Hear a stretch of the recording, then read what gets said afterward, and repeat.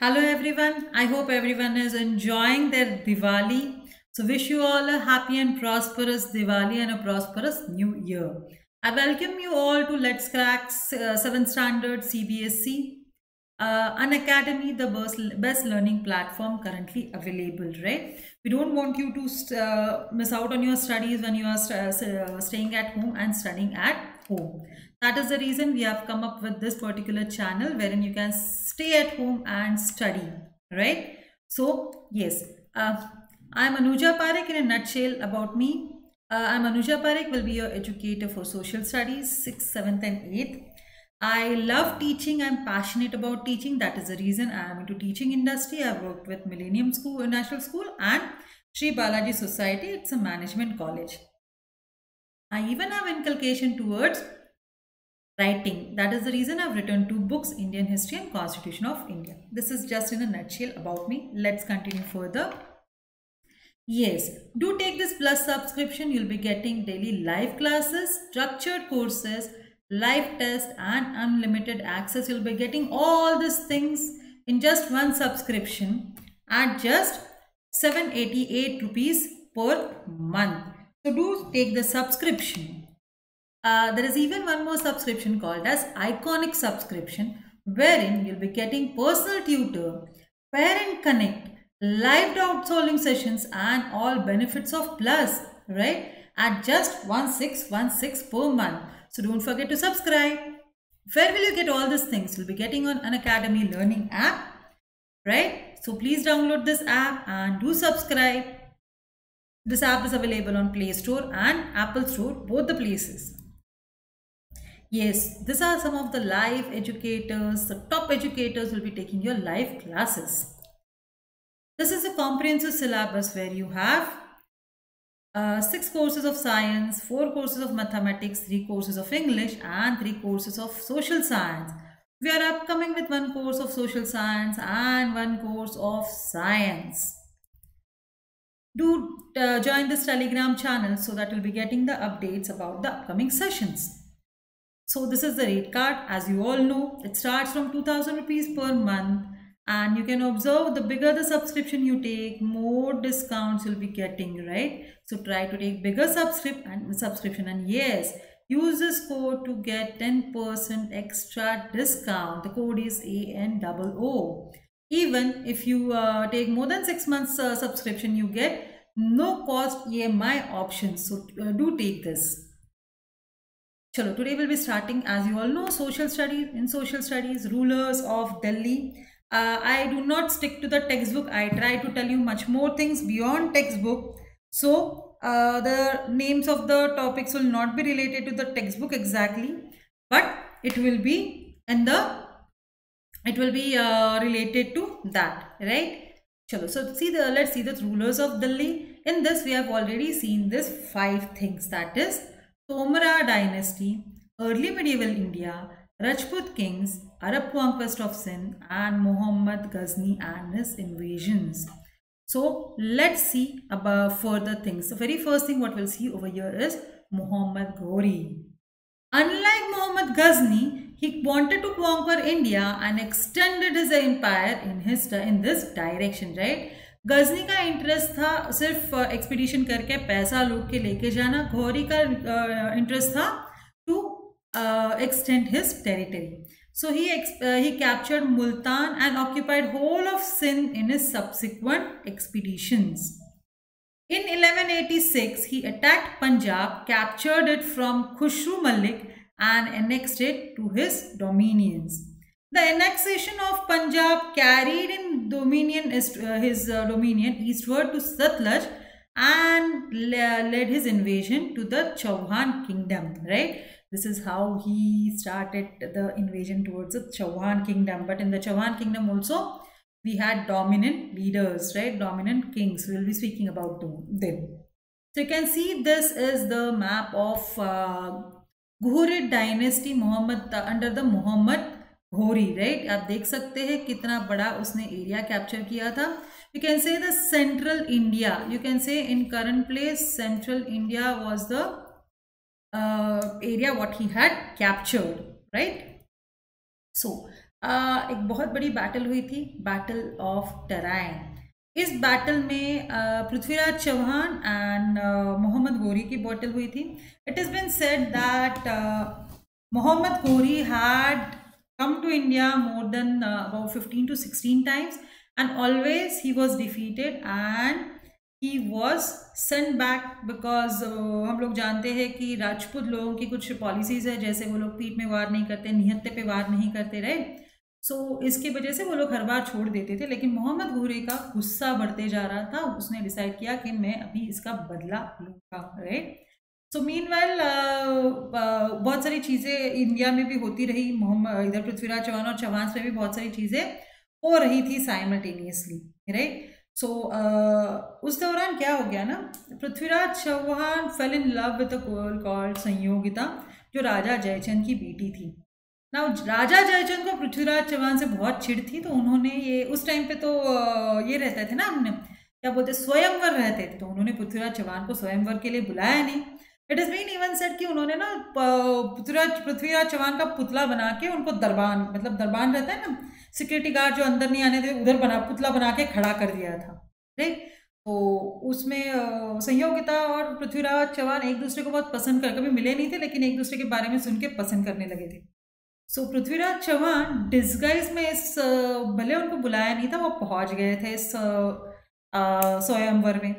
And ये जो संयोगिता थी ना, उसने क्या किया, उसको तो पृथ्वीराज चौहान से शादी करनी थी, पापा ने तो बुलाया नहीं था, तो उसने क्या किया, जाके वो जो पुतला था उसको जाके माला चढ़ा दी। पृथ्वीराज चौहान को इससे सिग्नल मिल गया कि अच्छा इसको भी मैं पसंद हूँ, तो उधर से पृथ्वीराज चौहान ने संयोगिता को लिया एंड वो उधर से भाग गए। सो इस इंसिडेंस की वजह से क्या हुआ कि सभी के सभी चौहान, पृथ्वीराज चौहान, सभी के सभी राजपूत, चौहान से ही बोल सकते राजपूत, पृथ्वीराज चौहान से नाराज हो गए। उनको ऐसा लगा कि पृथ्वीराज चौहान ने हमारा इंसल्ट किया है। सो इस तरीके से पृथ्वीराज चौहान के अगेंस्ट ये सब लोग हो गए थे। मीनवाइल मोहम्मद घोरी ने ये रिवेंज लेने के लिए, इस डिफीट का रिवेंज लेने के लिए उन्होंने अबाउट 1,20,000 पीपल की आर्मी इकट्ठा की थी मोहम्मद घोरी ने, ठीक है। अब तक क्या हो गया था ना कि पृथ्वीराज चौहान से सब नाराज थे। इसके पहले के सब वॉर्स होते थे तब सभी राजपूत एक साथ आके लड़ते थे। अब क्या हो गया था कि ये सब लोग नाराज हो गए थे इससे, तो वो नहीं आ रहे थे। ये तो फर्स्ट बैटल ऑफ टराइन थी। इसके बाद इस तरफ भी इन्होंने लेकिन ये जो नाराज थे ना ये लोग, ये लोगों ने इन लोगों ने पृथ्वीराज चौहान को फेस पे नहीं दिखाया कि वो नाराज है। उन्होंने ऐसे देखा, हाँ हाँ हम सपोर्ट कर रहे हैं, हम सपोर्ट कर रहे हैं, है ना। सो उस तरफ है ना, मोहम्मद घोरी ने पृथ्वीराज चौहान को बुलाया कि मेरी सुप्रीमेसी एक्सेप्ट कर लो और तुम मुस्लिम हो जाओ, नहीं तो लड़ाई के लिए आ जाओ। तो उन्होंने इनकार कर दिया और वो लड़ाई के लिए चले गए। उन्होंने भी लार्ज फोर्स इकट्ठा की, 3,000 horses, 3,000 elephants and large body of foot soldiers, right. Many Hindu raja chieftains also joined him. लेकिन हुआ कैसे, ये लोग उसको ज्वाइन तो हुए बट ये पूरा कॉन्स्पिरेसी थी पृथ्वीराज चौहान के अगेंस्ट। बैटल में जाने के बाद इन सब लोगों ने पृथ्वीराज चौहान के अगेंस्ट लड़ा। पृथ्वीराज चौहान के ही आर्मी को ये लोग मारने लगे, राइट। दिखाने के लिए क्या दिखाया कि हम लोग पृथ्वीराज चौहान की तरफ से है, लेकिन ये एक्चुअली मोहम्मद घोरी के इस तरफ से थे, राइट। तो उसमें पृथ्वीराज चौहान को कैप्चर कर लिया। ये सेकेंड बैटल ऑफ टराइन में पृथ्वीराज चौहान को कैप्चर कर लिया। ऐसे बोलते कि उनकी आंखें निकाल ली थी। उनके साथ चंदक करके एक पृथ्वीराज चौहान का बेस्ट फ्रेंड था, है ना। तो पृथ्वीराज चौहान को उसको भी कैप्चर कर लिया था। तो ऐसे बोलते हैं कि पृथ्वीराज चौहान में ऐसी कैपेबिलिटी थी और इस तरीके के वो राजा थे, मतलब वॉरियर थे, कि वो सिर्फ सुन के निशाना लगा सकते हैं, है ना। तो उन्होंने फिर मोहम्मद घोरी को उकसाया, उसके फ्रेंड ने, कि इसमें ऐसी कैपेबिलिटी, तो वो भी हंसने लगा, ऐसे हो ही नहीं सकता, हो ही नहीं सकता। तो ऐसे उकसा के मोहम्मद घोरी ने कुछ बोला। उतने में बराबर पृथ्वीराज चौहान को एक गाने के एक पोयम के तौर से ये चंदक जो था उसने उनको बताया कि वो कहाँ पे बैठा है, कितने फीट पे है, क्या नहीं, उस तरीके से बताया। तो मोहम्मद घोरी भी हंसने लगा, ऐसे थोड़ी होता है। और उतने में पृथ्वीराज चौहान ने तीर मार दिया मोहम्मद घोरी के गर्दन में। ऐसी भी एक कहानी है, हमें पता नहीं क्या था एग्जैक्टली, बट ये भी एक कहानी लिखी गई है। अब ये कहानी जो है ना, जो चंदक ने पृथ्वीराज चौहान की जो बायोग्राफी लिखी हुई है उसमें ये मेंशन किया गया है, ठीक है। तो अभी ये भी बात है कि उसमें मेंशन कैसे किया गया, क्योंकि वो भी तो मर गया पृथ्वीराज चौहान के साथ, तो उसने आके अपनी बायोग्राफी कैसे पूरी की, right. So there is again a debate on this कि ये सच है या गलत है। यस, बट पृथ्वीराज चौहान बहुत बड़े और बहुत काबिल वॉरियर थे, और उसमें उनमें ये क्षमता थी कि वो सुन के तीर मार सके। So we never know what is the truth. So इसके बाद बहुत ज़्यादा सेटबैक हो गया राजपूत के लिए, और राजपूत ने तो पृथ्वीराज चौहान का बदला लेने के लिए मोहम्मद गोरी का तो साथ दे दिया, लेकिन बाद में पूरा डिजास्टर था राजपूत के लिए, क्योंकि मोहम्मद गोरी ने तो पूरा उनसे भी हत्या लिया, पूरा का पूरा किंगडम। तो इस तरीके से मुस्लिम किंगडम वाज दस firmly established in India at Ajmer, and new era in history of India began. After his brilliant victory over Prithviraj at Tarain, Muhammad Ghori returned to Ghazni, leaving behind his favorite general Qutb bin Aibak to the further conquest in India. Right? Muhammad Ghori अपना बदला पूरा हो गया, वो वापस चले गए गजनी, और उन्होंने मोहम्मद ऐबक को, जो एक उनका स्लेव था, उसको ये फर्दर कॉन्क्वेस्ट हाथ में दे दी। सो ऐबक ने अपना पोजीशन स्ट्रॉन्ग कर लिया by occupying the places like Delhi and Meerut. By 1193 he prepared the ground for another invasion by Muhammad Ghori. So इस इन्वेजन में क्या हुआ, गहादवन रूलर जयचंद्र को उन्होंने टारगेट किया था। तो it routed Jayachandra's all the forces, and Kannauj was occupied by Muslims after the Battle of Chandavar. The Battle of Tarain, the Chandavar contributed to the establishment of Turkish rule in India. इस तरीके से Turkish rule India में form हो गया। अब हम लोग देखते हैं कि ये हिंदू किंगडम्स फेल क्यों हुए होंगे। कुछ तो रीजन होगा ना। सबसे बड़ा रीजन ये था कि उनमें यूनिटी नहीं थी, वो एक दूसरे के साथ ही झगड़ा करते थे, राइट। उनके म्यूचुअल कॉन्फ्लिक्ट्स ही देखिए, उनके म्यूचुअल कॉन्फ्लिक्ट्स के लेते लेते ही उन्होंने पृथ्वीराज चौहान के साथ जो किया वो म्यूचुअल कॉन्फ्लिक्ट्स की वजह से किया था, है ना।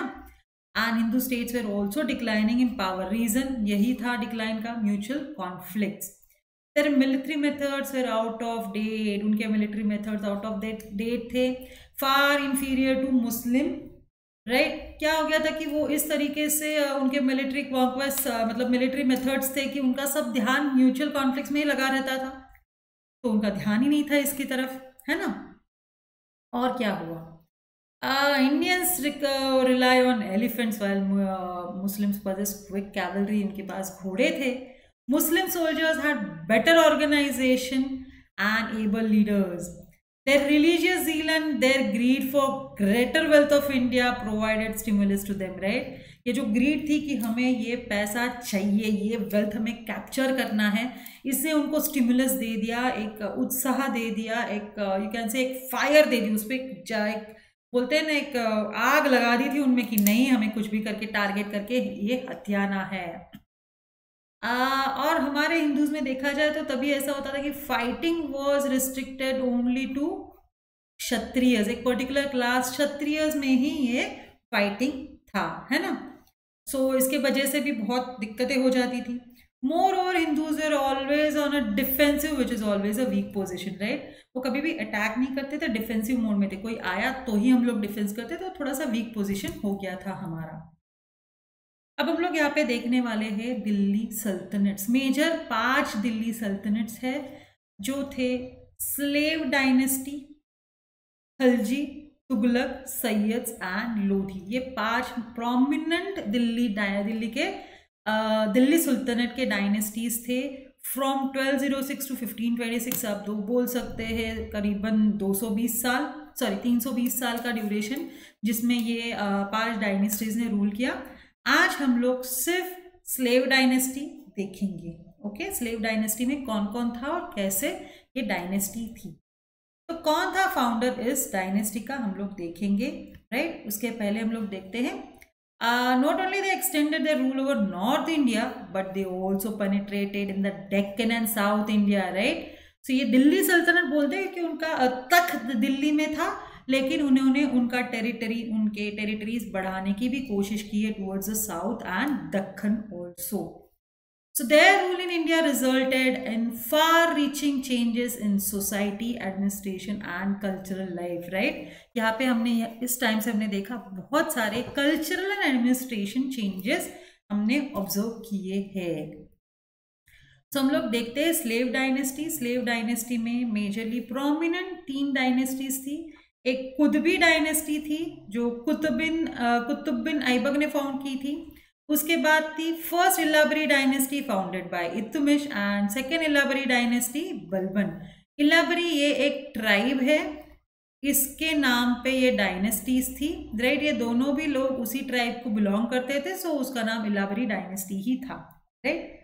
अभी स्लेव डायनेस्टी, उसको मामलुक डायनेस्टी भी बोलते हैं क्योंकि मामलुक ये कुरानिक वर्ड है स्लेव के लिए. स्लेव को कुरान में मामलुक बोलते हैं, इसलिए इस डायनेस्टी को स्लेव या फिर मामलुक डायनेस्टी बोला जाता है.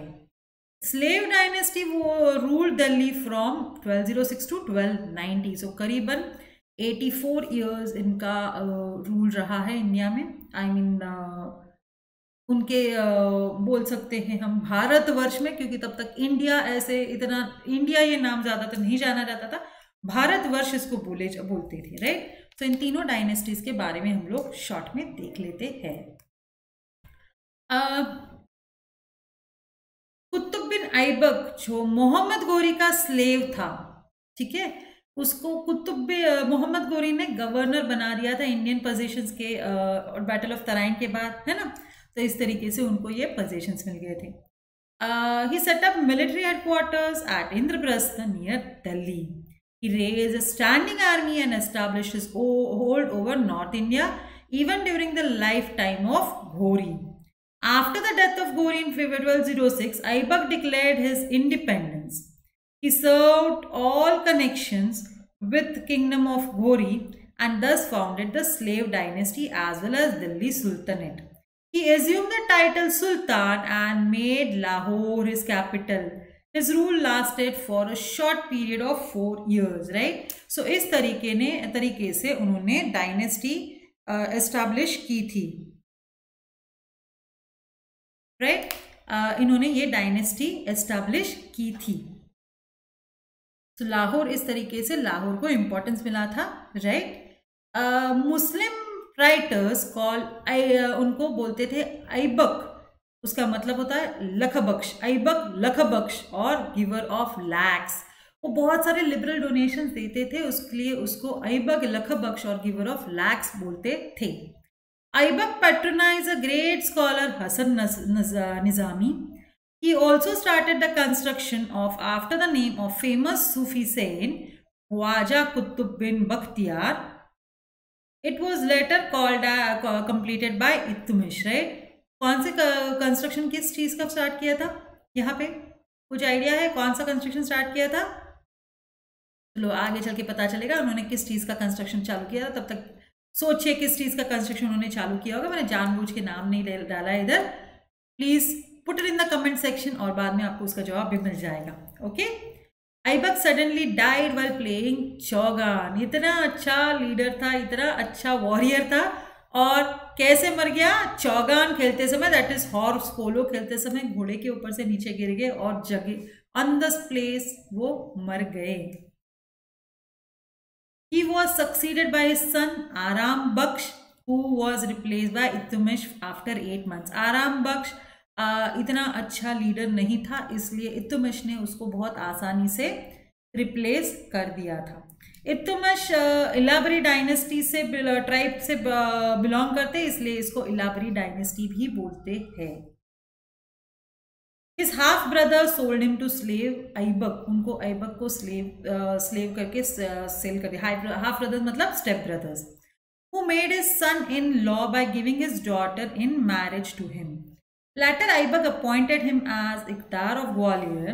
In 1211 Iltutmish defeated Aram Baksh and became the Sultan, है ना.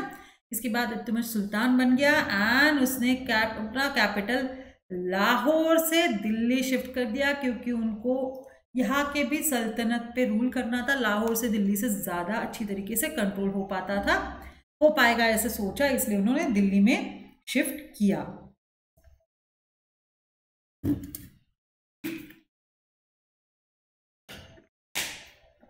इल्तुतमिश ने करीबन 25 साल तक रूल किया। During the first 10 years of regime, concentrate in securing throne from his rivals, right? उनका क्या, राइवल्स को निकाल देना, ये उनका मेन एम था। उसी टाइम पे तेमुजिन मतलब चंगेज खान भी सेंट्रल एशिया की तरफ इन्वेड कर रहा था। ये थे Mongols. Defeated Jalaluddin Mangabarni, the ruler of Khwarizm. अब क्या हो गया ना, ये मंगाबरनी ने रिवर क्रॉस करके वो असाइलम, मतलब मेंटल असाइलम नहीं, असाइलम का मतलब होता है रेफ्यूजी, मतलब उनके पास उनके शरण में चले जाना, राइट। तो इल्तुतमिश के शरण में चले गए कि प्लीज़ मुझे आपके यहाँ शरण दे दीजिए। लेकिन इल्तुतमिश ने मंगोल्स को बारे में सोच के उसको बिल्कुल भी शरण नहीं दिया, उनको रिफ्यूज़ कर दिया और भेज दिया। इसका बेनिफिट ऐसा हुआ ना कि उसने उनको शरण नहीं दिया, इसलिए चंगेज़ खान उधर से ही वापस चल दिया कि बोलो चलो चलो, तुम्हें छोड़ दिया, तुमने मुझसे पंगा नहीं लिया, इसलिए मैं तुम्हें छोड़ देता हूँ, राइट। सो इसके वजह से हम लोग इनफैक्ट इल्तुतमिश के इस पर्टिकुलर स्टेप की वजह से हम लोग चंगेज खान से बच गए। हो सकता है अगर चंगेज खान तभी इन्वेड हो जाता तो अभी हम लोग इंडिया ना होता, ये पार्ट ऑफ चाइना हो जाता था, है ना। So Iltutmish marched against Bengal and Bihar and reasserted his control over them. He also annexed Sindh, Multan and to the Delhi Sultanate, right? कि देख लीजिए, सिंध भी आ गया, मुल्तान भी आ गया, बंगाल भी आ गया, बिहार भी आ गया, राइट। उन्होंने इतना बड़ा बना दिया अपना territory. He suppressed the Rajput revolts and recovered Ratnampur, Jalore, Ajmer and Gwalior.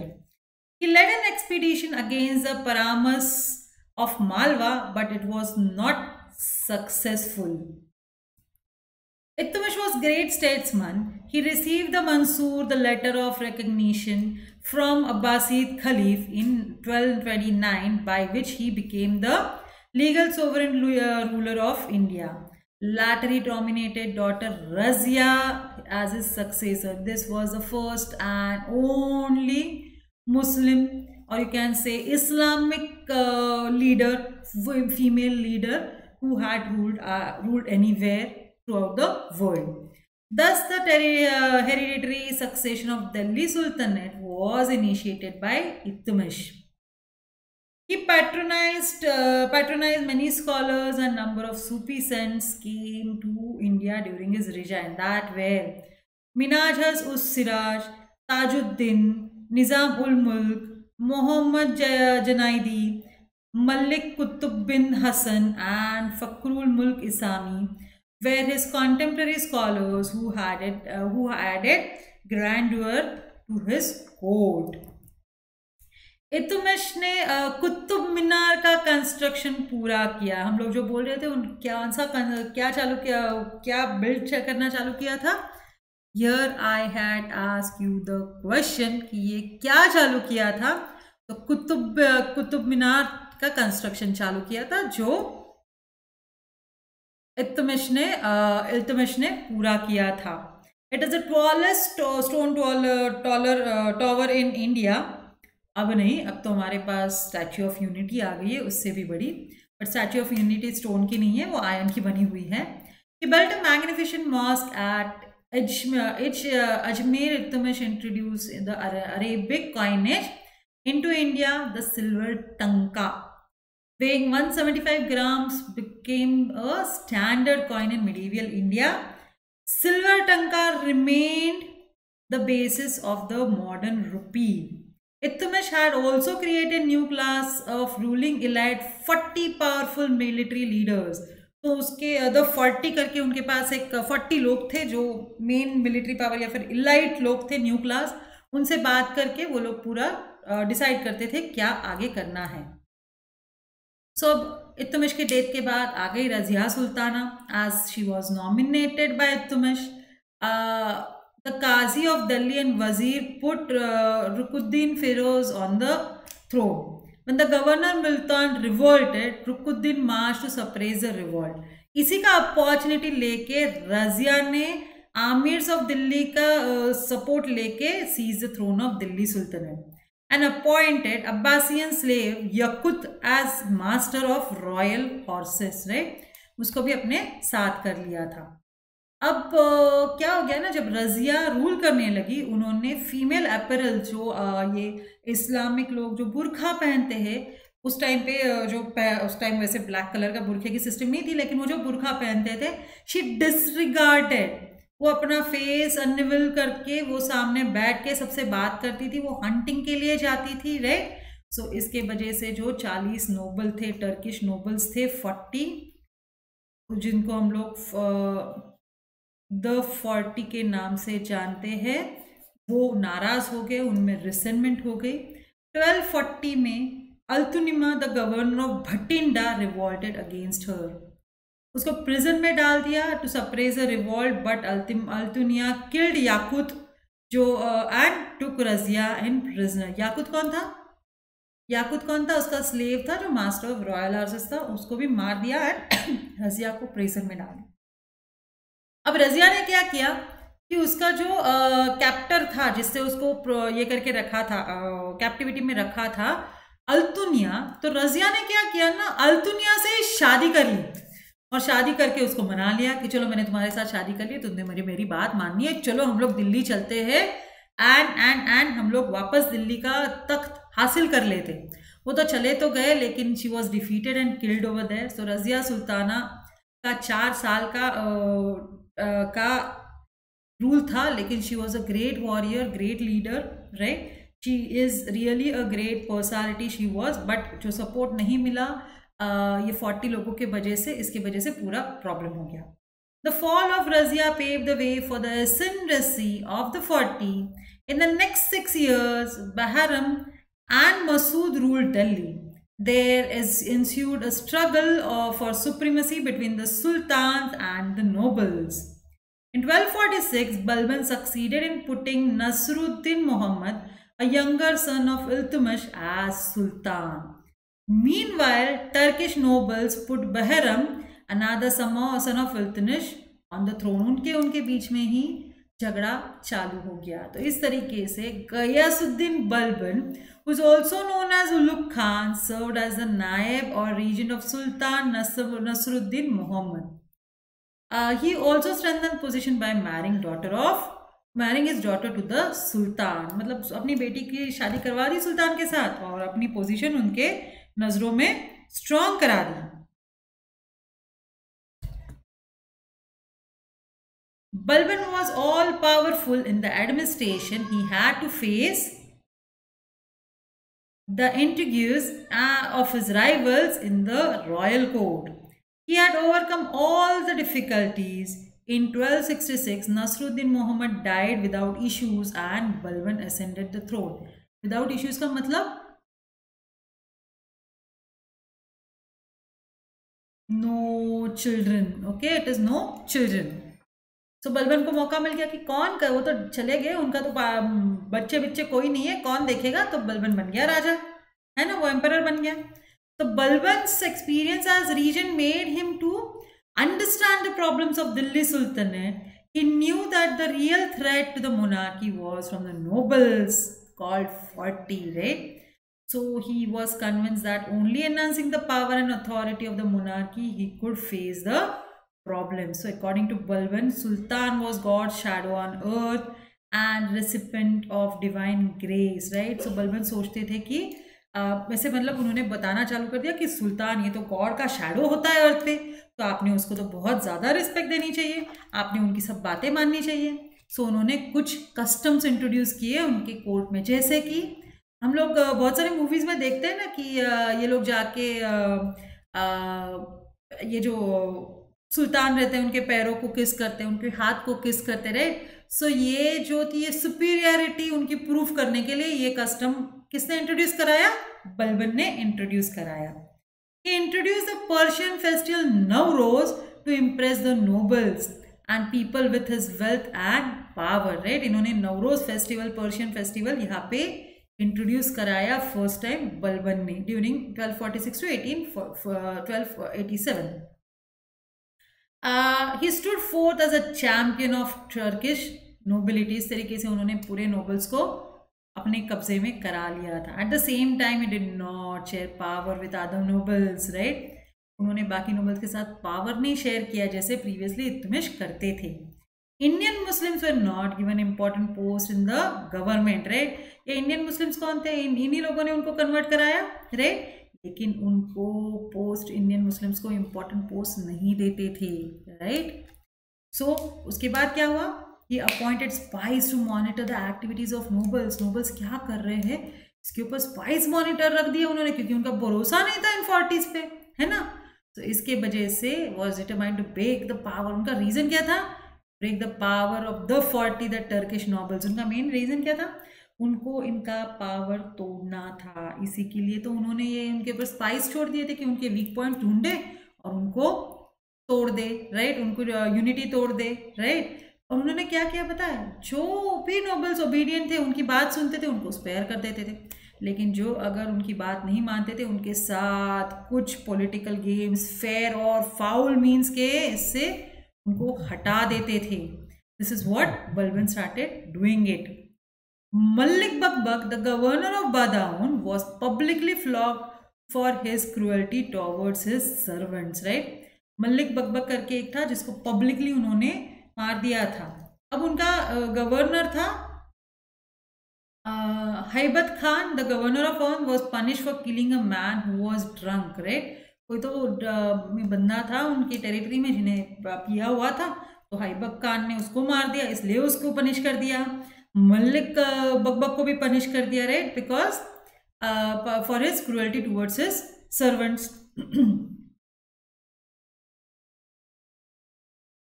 Sher Khan, the governor of Bhatinda, was poisoned. Instead of expanding his kingdom, Balban paid more attention to the restoration of law and order. He established separate military diwane-ers and recognized the army. Outskirts of Delhi were often plundered by Mewatis. Balban took severe action against them and prevented such robberies. Robbers were mercilessly pursued but put to death, right? उनको पकड़ा जाता था और उनको मार दिया जाता था. इसके वजह से उनको क्या लगता था? People were feeling safe to travel, right? इस तरीके से लोगों को सेफ लगता था ट्रैवल करने के लिए. 1279, Turgil Khan, the governor of Bengal, revolted against Balban. It was suppressed and he was beheaded. In the northwest, Mongols reappeared and Balban sent his son Prince Muhammad against them. लेकिन क्या हो गया उसमें? उन्होंने Prince Mohammad को तो भेज दिया, लेकिन unfortunately prince was killed. Prince Mohammed was killed in the battle and it was a moral blow on the Sultan, and by 1887 Balban died. उसके बाद क्या हुआ? He was undoubtedly one of the main architects of Delhi Sultanates. He enhanced power of the monarchy. However, he could not fully safeguard India from the Mongols. जो इल्तुतमिश ने हमें Mongol से बचा के रखा था, एट लास्ट इधर मंगोल्स आ गए अंदर, right? So when Balban died, one of his grandsons, Kaikubad, was made the Sultan of Delhi. After 4 years of incompetent rule, Jalauddin Khilji captured the throne of Delhi in 1290, right? इस तरीके से Khilji dynasty start हुई. With this, the slave dynasty ended and Khilji dynasty was formed, right? So Khilji dynasty के बारे में हम लोग अगले पार्ट में बात करेंगे about the Khilji dynasty and other further dynasties of Delhi Sultanate. If any questions are there, please leave it in the comment section. I'll definitely reply that. Okay? And yes, I keep the sessions out of track in the sense not only limited to the textbook, so that you get to know many more things about history. And yes, I'm coming up with one series that is Unsung Gems of Bharatvarsh, wherein I will be telling you stories of those gems about whom which we are not knowing, or else if we know that gem, we don't know some things of those gems the warriors who have done something great in their life, which has benefited us today, which is benefited to us, right? So do see that series. That series will be streamed on 6th Standard channel. But please do watch that. That is totally out of track. And even I'll be having a second series which will be Unsung Gems of India, wherein I'll be telling about the freedom fighters, unsung freedom fighters post 1857, right? So I'll be coming up with this two series. So do stay tuned in and do watch this series. And please leave your comments in the comment section. This is the rate card which you already know, which starts from 1 month onwards. Please subscribe and don't forget to use my code ANOO to get plus 10% discount on whatever the discounts are mentioned over here. This is the amount after 10% discount, right? That is 13,500 for 12 months and 22,500 for 24 months. And thank you very much.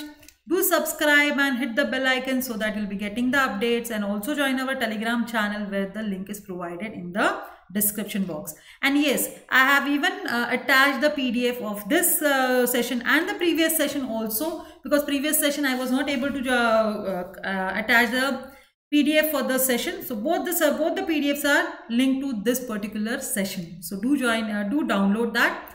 And see ya. Once again, happy Diwali and a prosperous new year. Please enjoy your Diwali. Bye-bye.